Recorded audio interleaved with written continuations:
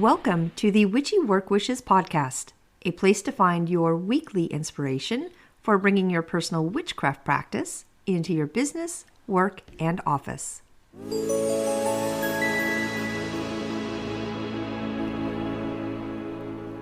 Welcome to Witchy Work Wishes. I am your host, Charlene, and you are joining me today for episode number 12, Elements, specifically the element of water.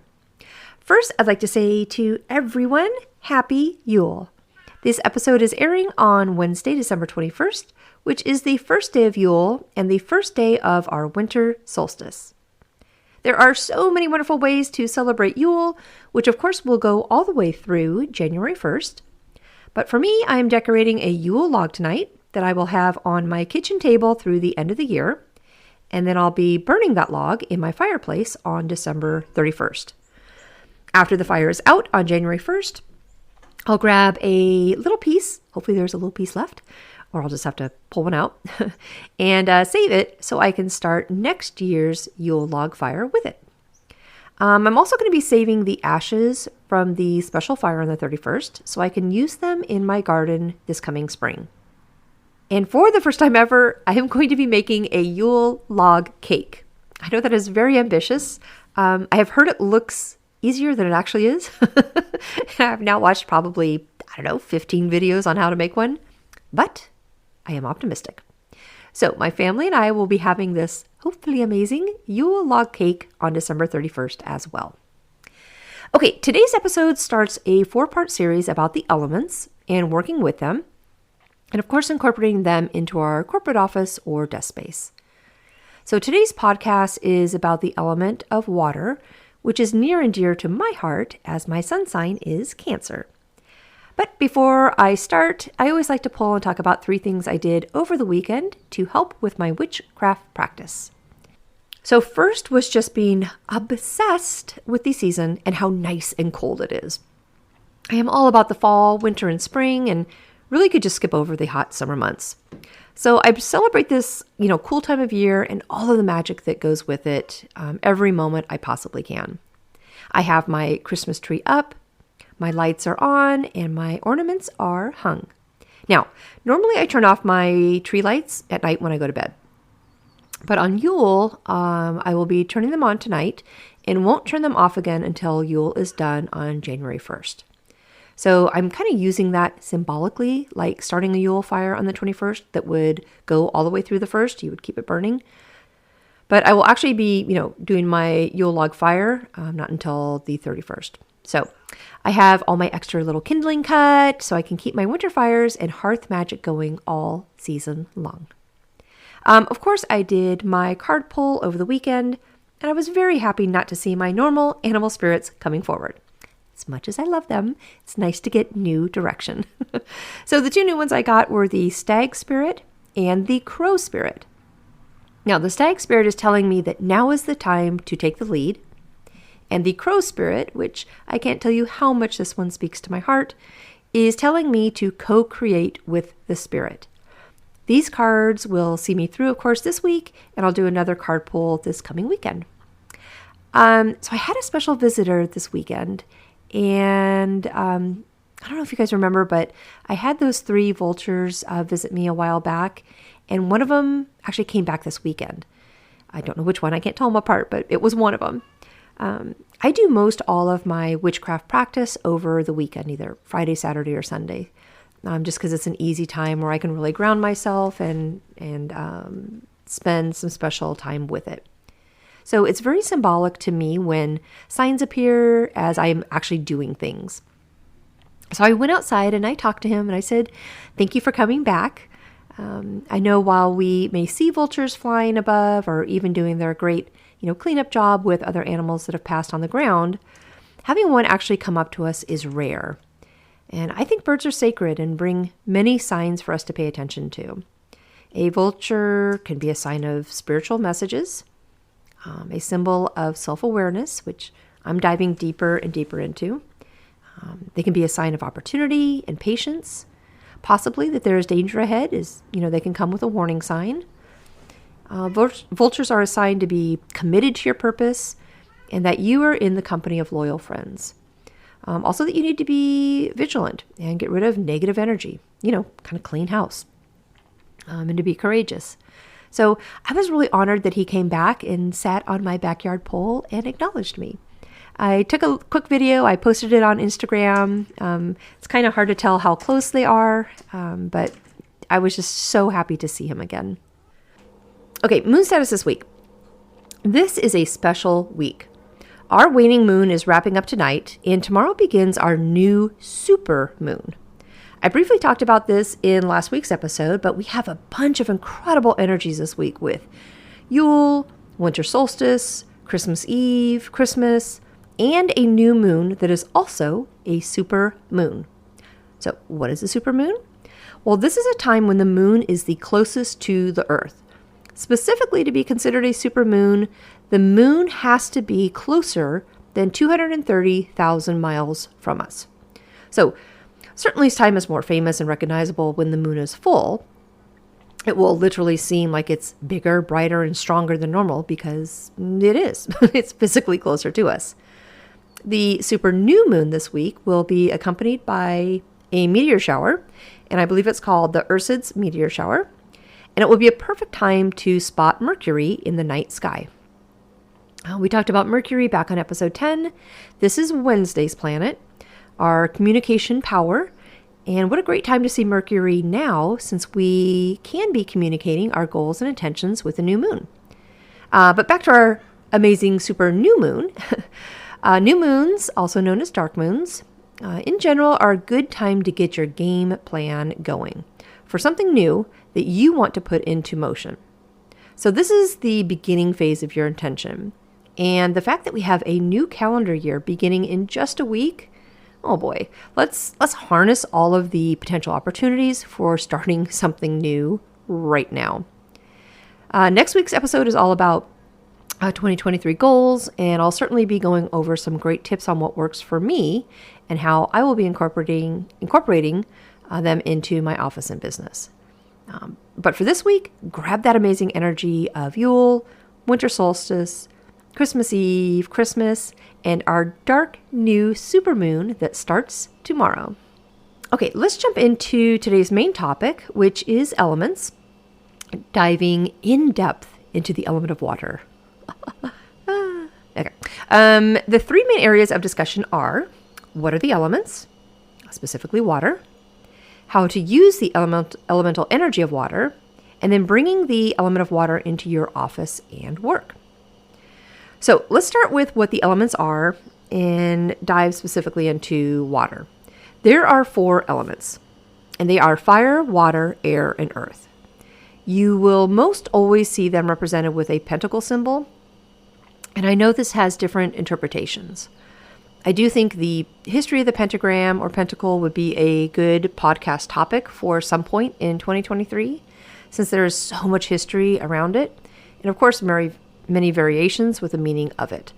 But for me, in this podcast today, I'm going to be referring to the Western version of the pentacle, which is a 5-pointed star representing the spirit and the 4 physical elements of fire, water, air, and earth. So, what is elemental magic? Well, it really is getting down to the basic balance of everything in nature. In my personal opinion, the elements provide a harmony that we can either flow with or fight against. They each represent an energy in nature and a vibration that connects us all. So back in 430 BC, a Greek philosopher and physician called Empedocles believed that the elements were the root of all that was created. Now, being a physician, he was drawn to the physical science that the elements provided. Hippocrates, who many of us know as the father of medicine, believed in treating his patients with natural remedies. And he took the workings of Empedocles to create the 4 humors of the body, which he called blood, phlegm, black bile, and yellow bile. And that each of these 4 humors were ruled by elements, seasons, organs, and planets. Now, Eastern Indian culture of medicine and, of course, Chinese medicine are also strongly based in the balance of elements.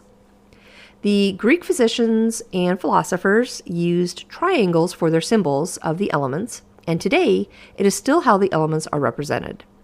So fire is a single triangle with the point up. Water is a single triangle with the point down. Air is a triangle pointed up with a line across the middle.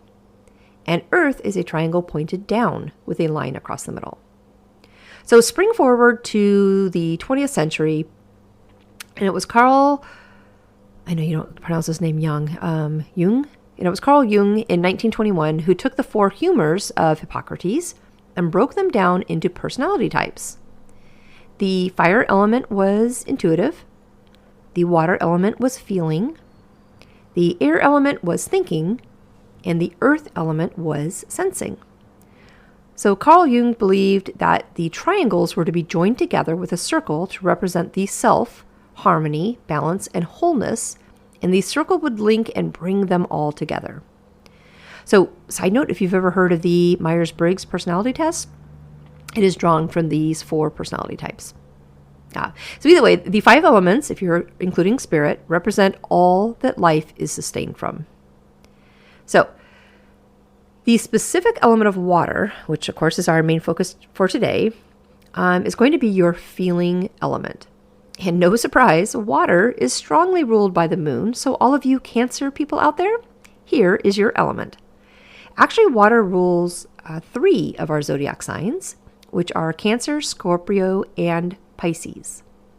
These water signs can be emotional, they can be sensitive, intuitive, and will end up basing a lot of their decision-making process on how the outcome will make them feel instead of maybe, logic and reason. So water signs are kind of like a river or a stream that is constantly moving, or, the ocean and its waves breaking in and out.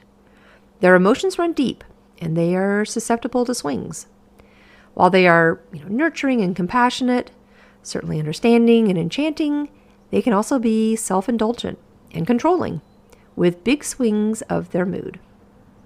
So the water sign is represented by the west and the 2 planets, Moon and Venus. So that means our 2 days, of the week, for the water element are going to be Monday, which is our moon day, and Friday, which is day of Venus, which I'll be having a podcast on in February.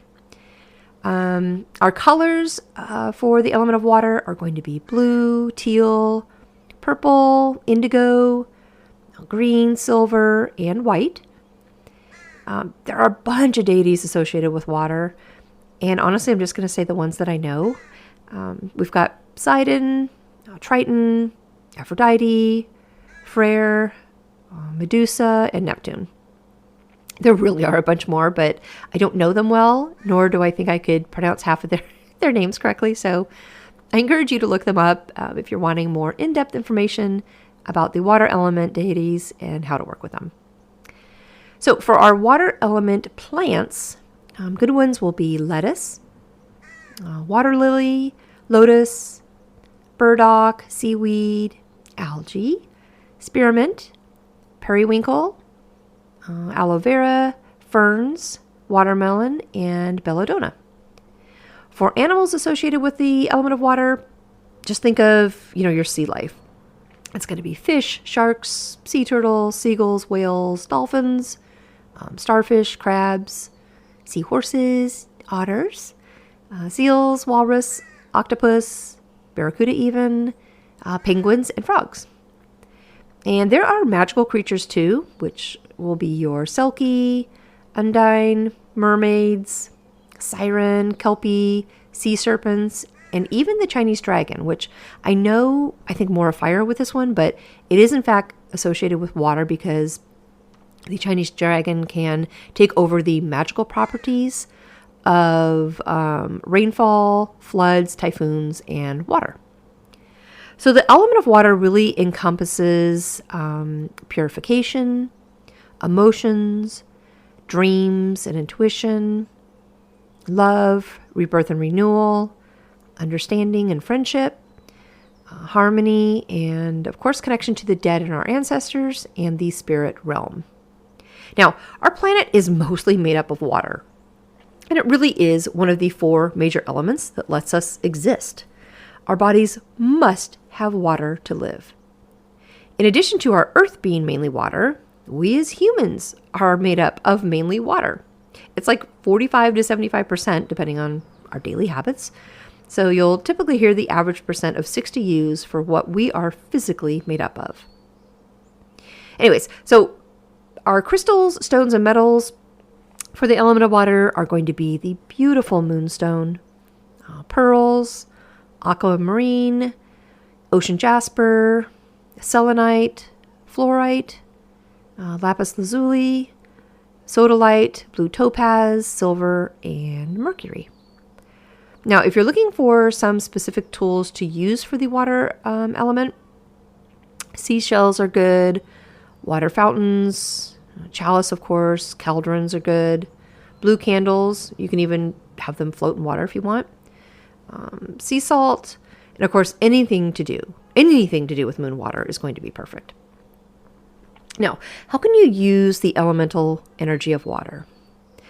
So, using the water element in your practice, there really is going to be a wide range that we can pull from. Seriously, like from working with and using the huge ocean to working with a tiny little drop of water. We can draw on and use the power of water for many different purposes. And just like, the emotions can swing both ways, so can the use. One of us may use water for our dream work or emotional work, while another may use it for purification. And someone else may want to use it totally different and use water for destruction. So there are many ways to incorporate the element of water into our practice, but I've pulled a handful to discuss in more detail. These are going to be circle castings, connecting to water with meditation, and don't laugh, but drink more water. Of course, baths and cleansing rituals, moon water workings, dew and mist workings, rain and stormwater rituals, and then magical water properties. So the first one is casting a circle. The elements are typically used when a circle is cast, and this means you are creating or casting a protective circle around you and your ritual space. This protective circle will help keep out unwanted energies and keep in our magic and workings. Do you need to cast a circle every time you do something? Meh. That's up to your personal practice. But casting a circle means you're grounding yourself and relaxing your body before the workings begin, and then creating a safe space to do your magic. You can call on the elements and ask for their help. Start with the east and air for your breath and words. Then move to the south and fire for your passion. You move to the west then and water for your feelings. And then move to the north for earth and your energy. So visualize a circle of light all around you and the power of the elements, keeping you safe. Once you feel safe, you can continue on with your workings. So another way to cast a circle is to physically add things around you in the direction they represent. So you'll want 4 candles for this, and you'll place them in each of their corresponding directions. A brown or black candle is going to be good for earth in your north. A yellow or purple candle is going to be good for your air in your east. A red or orange candle is for your fire and your south. And then a blue or silver candle is going to be good for your water on the west. You'll want 4 crystals as well that represent each of the 4 elements. And you'll place them next to the candles, and then you will walk around your circle and create or close it. Or, of course, you could use like a wand or a ritual knife to draw the circle around you. Just be careful. You'll want everything you'll need for the ritual or work already in the circle before you close it. So once you close it, you don't want to break it until you are done and you release the circle. So second one is connecting to water with meditation. So this is a great practice to help, create calmness and clarity and purity. There are 2 ways to do it with your meditation, physically, where you actually physically use water, and then visually, where you will be more thinking about water. To actually use water in your meditation practices, you can, of course, perform your routine by a body of water. Each one will be a little different, still, rippled, moving, rushing, waving, etc. Those are all going to elicit something a little different with the outcome. If you're using your thoughts in meditation to work with the element of water, you'll want to, imagine that you are either yourself like water, pure and clean, and that you're either still or moving based off of what outcome you want, or that you actually hear the sounds of water, trickling or running like a river to bring calmness and tranquility to your meditation. Okay, third is to drink more water. Ugh. This may not sound very magical, but in obtaining harmony with our own bodies, each of the elements needs to be represented. And water is just something we can't live without. There are so many ways to incorporate water into your daily routine. And I know I gave a big ugh and sigh because, in full disclosure, this is by far my worst subject, and I struggle with this very thing. And what's that saying? Bit of the kettle calling the pot black? Anyways, I swear it's part of my annual goal list for each upcoming year. And each year I say again, I'll try harder and drink more water next year. So I am printing out this section of my podcast notes and I am putting them up on my mirror so I look at them every day. So here they are. And if you are not a great water drinker, try these tips.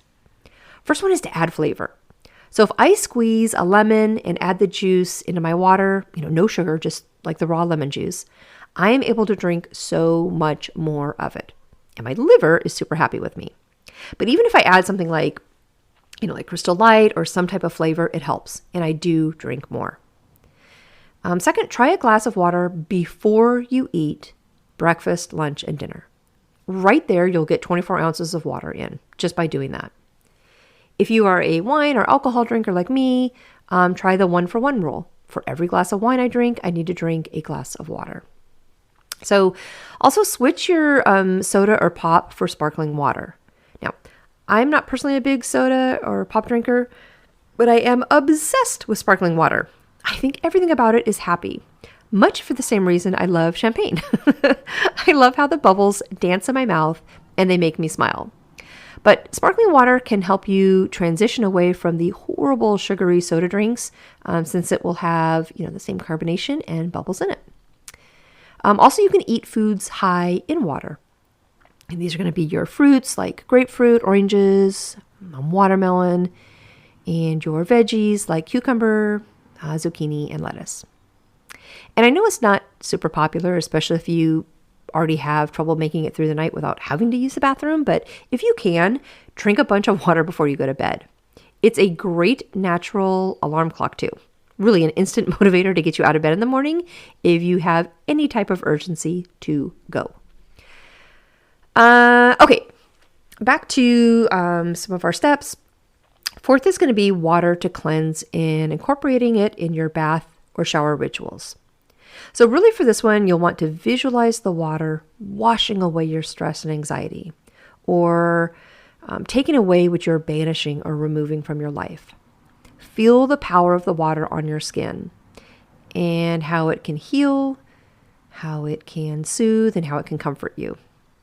So bath rituals are amazing, and there are so many different types you can draw for yourself. Certainly for self-care steps and routines, taking a bath is both cleansing to your mind and your body. Setting your intentions into the water, to your shower or your bath, will help restore and reset you. Of course, you can add herbs. Eucalyptus, is great in the showers. Flowers, you can add oils, sea salts. All will help to make your element of water workings with your bath and shower even more magical. All right, so fifth is using moon water. And this one talks to my core. I love using moon water in my practice. I mentioned moon water on my Monday Moon Day podcast, but specifically with elemental water, moon water is going to give you that punch.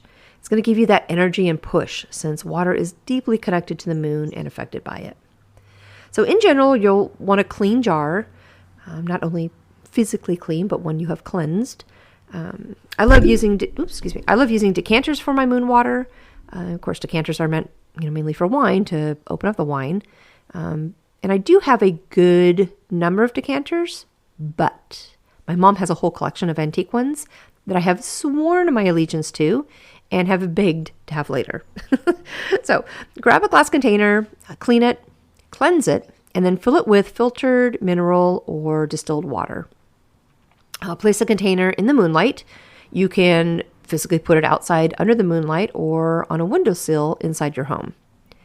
You'll need to get your moon water before dawn. This is important. And the types of moon water are going to correspond directly to what type of moon you are working with. So new moon, we talked about earlier, it's about new beginnings, intentions, and fresh starts. Waxing moon is about growth, learning, and healing. Full moons are for releasing, protection, and cleansing. And then waning moons are good for letting go of things, banishing, and rest. So 6th is using magical dew in the morning mist in your workings. So dew is said to have healing properties, and mist is known to be somewhat of a veil that is used by spirits of the other worlds to hide themselves. So Celtics believe the fairies, and other spirits would arrive when the mist would come. But just like the ebb and flow of water, as much as the mist represented them coming in, the mist could represent you going out and could take you away to the water just as easily. So in most stories and folklore, though, mist would act like a portal or a gateway between realms. So hedge witches are known to use this connection for their astral travel. Let's see, 7th is rain and stormwater workings. Both rain and stormwater are powerful tools. Even better if you can grab some rain or stormwater on a full or new moon. I can say that from personal experience, it is the strongest workings I have done thus far. So rain is associated with healing, life, fertility, and abundance, and can be used in many different magical forms. Let's see, 8th, there are a lot of uses for water, so I wanted to quickly list them with little notes. The first 4 I touched on already. Those are rainstorm, dew, and moon water. Rainwater, of course, is growth, cleansing, rebirth, and can be used in scrying, can be used as altar water, and in ritual baths. Storm water is going to be your self-esteem, courage, vitality, and mental strength, and can be used in protection spells. Dew, of course, is healing, beauty, love, and fertility. You can also use it with the Fae and cleansing rituals. And then moon water, my favorite, is good for charging, cleansing, and can be used for power spells, healing, curses, and hexes, and bath rituals. So I didn't mention yet snow, sun, river, sea, spring, lake, well, or swamp water. And I wanted to at least go over the basics with them, even if it's real quick. So snow water is going to be good for balance, peace, transformation, and can be used for blessing the end of something. So sun water is good for healing, happiness, creativity, clairvoyance, and protection. Now, river water is great for breaking through something, moving forward, energy, power, and charging. Seawater is for your emotional balance, banishing and cleansing, and can be used for healing rituals. Spring water is good potion water. And this is like, obviously a natural spring, not the season. It's good for growth, abundance, and beauty. Lake water is going to represent joy, contentment, peace, self-reflection, and self-discovery. Now, well water, that's got a bunch of history to it. And I won't go into it now, but there's a lot we can talk about with well water. In general, though, well water is going to be good for manifestation, connecting to other worlds, wishes, healing, and intuition. And last is swamp water. This is going to be good for binding, banishing. It's good for your hexes, your curses, and really any magic that involves revenge. Okay, as always, my whole point to talking about my witchy work wishes is to find out how I can bridge my practice into my office and work. And you may think there is no way to bring in the element of water into the corporate world, but there is. Okay, first, And I hate to go back to the very thing I need to work on, but first is to drink more water at work. Now, don't forget, this does not have to be plain water. You can drink sparkling water, flavored water, make amazing tea. And of course, there are so many magical things you can do with tea. You can bring your moon water into work and use that for your afternoon tea making or your water drinking rituals too. Second is to use water, even better if it's moon water, for your office herbal sprays. We talked about essential oils a couple weeks ago, and incorporating water and essential oil is going to be a great way to work with the element. And honestly, it's a pretty easy, non-conspicuous way to bring your practice into work too. So third, you can collect a few drops of dew for an office spell. Since dew work is good for the Fae, leprechauns are known for money and wealth, and that may be a good connection or combination for your workings at the office. And since dew drops are so small, you can hold the dew drops in, a little glass vial that you can actually have in your desk drawer. So another good way to use the element of water at work would be to wear the colors of water in your clothing and, of course, the stones and crystals in your jewelry. So you can always pack your office lunches full of water-based foods too. The afternoon salad is going to be great for the work week and would bring in this element. If you have or can't have plants at your desk and you want to incorporate the water element with them, bring in a small aloe vera plant or even a little fern to have right there next to your computer. And lastly, my favorite way to incorporate the element of water into the office and work, providing you have the space, would be a little table water fountain. These are so tranquil and not only beautiful to look at, but will bring in these sounds and element of water running. So let's review. Let's go back and take what we've talked about so far and kind of recap it. First we've got the element of water and that it represents the direction of west. 2, our zodiac signs for water are Cancer, Scorpio, and Pisces. 3, our 2 planets are the Moon and Venus. 4, magical tools for water work are caldron, chalice, bowl, and a scrying mirror. Deities to work with are Poseidon, Triton, Aphrodite, Freyr, Medusa, and Neptune, but there are a bunch more you can work with. Plants will be lettuce, lotus, water lily, spearmint, watermelon, aloe vera, ferns, seaweed, algae, burdock, and periwinkle. 7, things you can do using the element of water are ritual baths, magical waters, of course, like my favorite, moon water, but you've got sun water, storm water, rose water. When you're done with a spell, you can send it off in water, of course, sending the spell remnants away. You can work with sea gods and goddesses. You can make and brew loose leaf teas. Making herbal sprays is amazing. And you can do water scrying or use water as offering on your altar.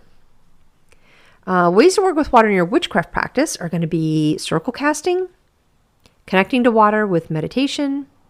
Again, don't laugh, but drink more water. Bath and cleansing rituals, moon water workings, dew and mist workings, rain and storm water rituals, and then using magical water properties such as water from a lake, river, sea, well, and so on. And then lastly, 9, ways to bring the element of water into your work. In office are going to be make some drinking water in tea drinks at the office. Use moon water for your herbal sprays. Of course, you can use moon water in your tea and water drinking too. You can collect and use dewdrops for your office spell work. Wear the colors and jewelry that are associated and represented by water. And lastly, adding a small desktop water fountain to your space to enjoy the sounds of running water while you work. All right, as always, I have a poem for you, but this time it's not by me.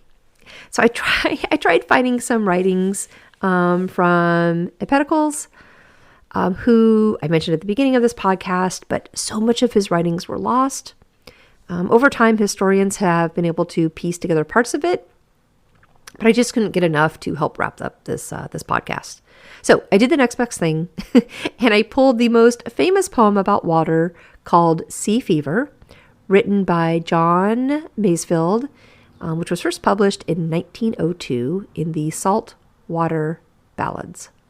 He writes, "I must go down to the seas again, to the lonely sea and the sky, and all I ask is a tall ship and a star to steer her by. And the wheels kick, and the wind's song, and the white sails shaking, and a gray mist on the sea's face, and a gray dawn breaking. I must go down to the seas again, for the call of the running tide is a wild call and a clear call that may not be denied. And all I ask is a windy day, and the white clouds flying, and the flung spray, and the blown spume, and the seagulls crying. I must go down to the seas again, to the vagrant gypsy life, to the gull's way, and the whale's way, where the wind's like a whetted knife. And all I ask is a merry yarn from a laughing fellow rover, and a quiet sleep, and a sweet dream when the long trick's over." Thank you for joining me today. I hope you enjoyed this episode on the element of water. Next week's podcast is going to be the last one for 2022 as we are wrapping up the final days of December. I'll be talking about 2023 goals and how we can best incorporate them for our greatest good, both at home and at the office. That is all I have for you this week. As always, if you have something you would like me to research more and possibly do a podcast on, please zip me an email at info@witchyworkwishes.com. I promise to email back just as quick as I can. And you can always shoot me a message on Instagram. Have a great week, and I will talk with you next week.